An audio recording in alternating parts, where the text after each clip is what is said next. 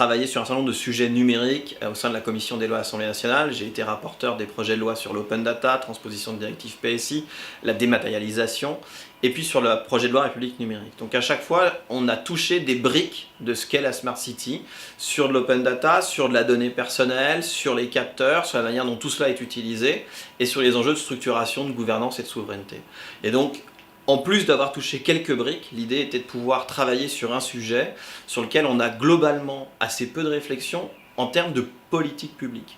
À la fois pouvoir aujourd'hui accompagner la réflexion de l'État dans sa politique publique autour des Smart Cities, accompagner les territoires dans la construction de leurs projets et pouvoir faire ce travail avec à la fois en termes de méthode, aller beaucoup sur le terrain, voir comment les choses se passent, rencontrer l'ensemble des acteurs autour de l'État, des administrations et de l'ensemble des satellites, et puis rencontrer l'ensemble des acteurs économiques, que ce soit des géants qui opèrent aujourd'hui la Smart City, qu'ils soient dans l'énergie, dans le BTP, dans l'IT, dans les télécoms, qu'ils soient déjà dans les hyperviseurs, superviseurs ou dans la modélisation des villes, mais jusqu'à la start-up de 2 personnes qui a une plateforme d'open data et pouvoir réellement intégrer dans la réflexion aujourd'hui sur ce que sera l'avenir de la Smart City en France et comment demain on peut déployer à la fois plus de services pour la population et en même temps faire en sorte que nos entreprises puissent aller à l'étranger et vendre ce savoir-faire à l'étranger. Alors justement, c'est quoi une Smart City pour vous, Luc Belot?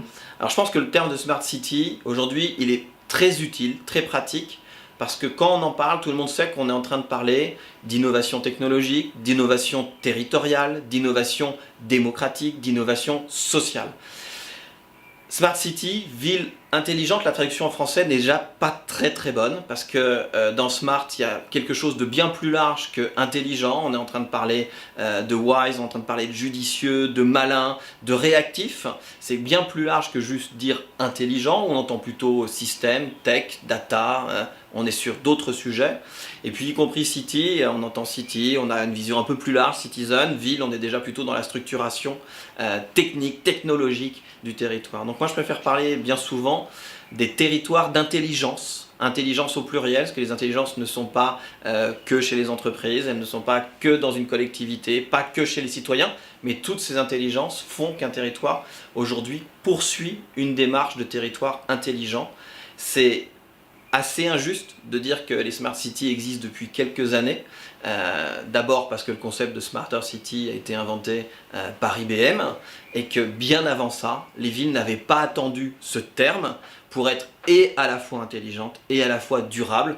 On a l'impression que c'est des concepts un peu nouveaux, ville intelligente, ville durable. Il n'y a pas plus intelligent qu'une ville et il n'y a pas plus durable qu'une ville. Donc l'enjeu n'est pas aujourd'hui de dire il y a une définition de la Smart City. Moi, ça ne fait pas partie de mes objectifs. L'enjeu est plutôt de dire aujourd'hui il y a des démarches, des constructions de projets, des méthodes de Smart City et c'est là qu'on accompagne des vrais projets qui continuent des intelligences déjà existantes.